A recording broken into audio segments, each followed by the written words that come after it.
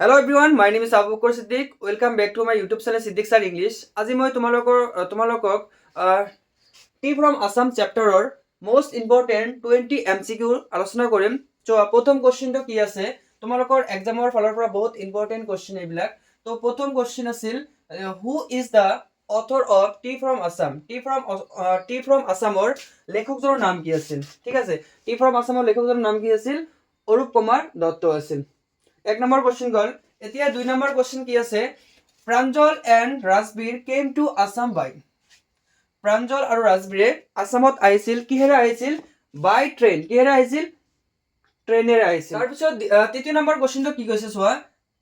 T was first drunk in. T প্ৰথমত ক'ত খাইছিল? টি প্ৰথমত খাইছিল চাইনাত খাইছিল। ঠিক আছে। চাৰি নম্বৰ কোৱেশ্চন কি আছে? Tea came to Europe in ডেছ চেঞ্চুৰী। মানে কি কৈছে ইয়াত? টি কেম টু ইউৰোপ মানে ইউৰোপত কেতিয়া আহিছিল? 16 কৈছে। Tea was first drunk in China in মানে টি প্ৰথমত চাইনাত কেতিয়া খাইছিল? 2700 BC খাইছিল। ঠিক আছে। এতিয়া এইকেইটা হৈছে বহুত ইম্পৰ্টেন্ট এমচিকিউ আৰু আজি মই তোমালোকক 20টা দিম। এতিয়া 6 নম্বৰ কোৱেশ্চনটো চোৱা। How many cups of tea are drunk every day throughout the world. গোটেই পৃথিৱীত এদিনত কিমান কাপ চাহ খায়? over 80 crores cup. 80 crore অধিক চাহ খায় এদিনত। আৰু 8 নম্বৰ কোৱেশ্চনটো কি কৈছে? Tea was mainly drunk in Europe as মানে ইউৰোপত চাহ মেইনলি কি হিচাপত খাইছিল? মেডিচিন হিচাপত খাইছিল। আৰু 8 নম্বৰ কি কৈছিল? গিভ আছ 2 কাপছ। হু ছেড দিছ? আমাক 2 কাপ চাহ দিয়া। এই কথাষাৰ কোনে কৈছিল? প্ৰাঞ্জলে কৈছিল। আৰু 9 নম্বৰ কোৱেশ্চন কি কৈছে? What are the two Chinese word for tea. টিৰ দুটা কি আছিল?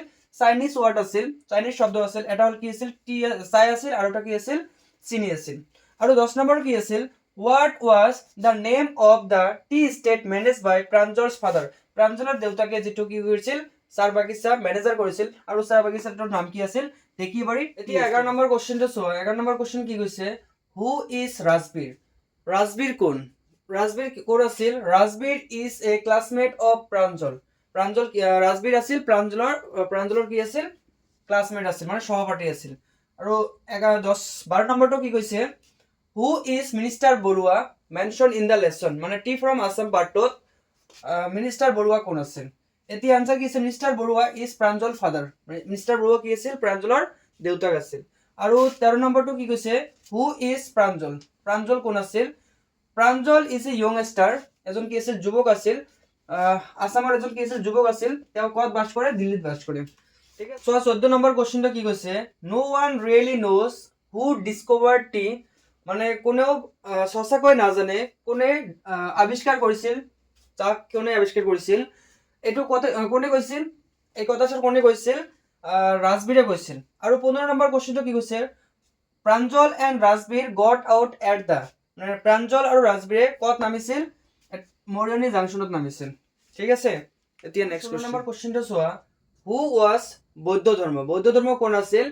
বৌদ্ধ ধৰ্ম আছিল কি? এনচিয়েন্ট বুদ্ধিষ্ট এসেটিক আছিল। এজন কি আছিল? ঋষি আছিল। তাৰপিছত কি আছিল? 17 নম্বৰ কি কৈছিল? What grew out of the eyelids of Bodhidharma. বৌদ্ধ ধৰ্মৰ যিটো কি আছিল? আইলিডছ আছিল, চকুৰ পতা আছিল। চকুৰ পতাৰ পৰা কি বৃদ্ধি হৈছিল? 10 প্লান্ট 10টা উদ্ভিদ কি হৈছিল? বৃদ্ধি হৈছিল। আৰু 18 নম্বৰটো কি কৈছিল? Assam is famous for. Assam কিহৰ কাৰণে বিখ্যাত? টিৰ কাৰণে বিখ্যাত। আৰু 19 নম্বৰটো কি কৈছে?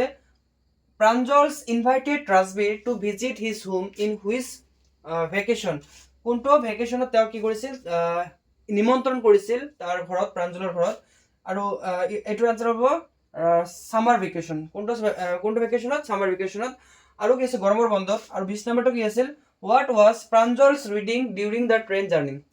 প্ৰাঞ্জলে কি পঢ়ি আছিল? তেওঁৰ যাত্ৰা যেতিয়া কৰিছিল দিল্লীৰ পৰা আসামলৈ, যেতিয়া কি কৰিছিল? যাত্ৰা আৰম্ভ কৰিছিল, তেতিয়া তেওঁ কি কিতাপ পঢ়িছিল? ডিটেকটিভ কি কৰিছিল? বুক পঢ়ি তেওঁ ভাল পাইছিল। ঠিক আছে। প্ৰাঞ্জলে কি কিতাপ পঢ়ি ভাল পায়? ডিটেকটিভ নভেল পঢ়ি ভাল পায়। ঠিক আছে। এইটো হ'ল তোমালোকৰ কি 20 MCQ। আই থিংক তোমালোকৰ এইটোৰ পৰা বহুত উপকৃত হ'ব।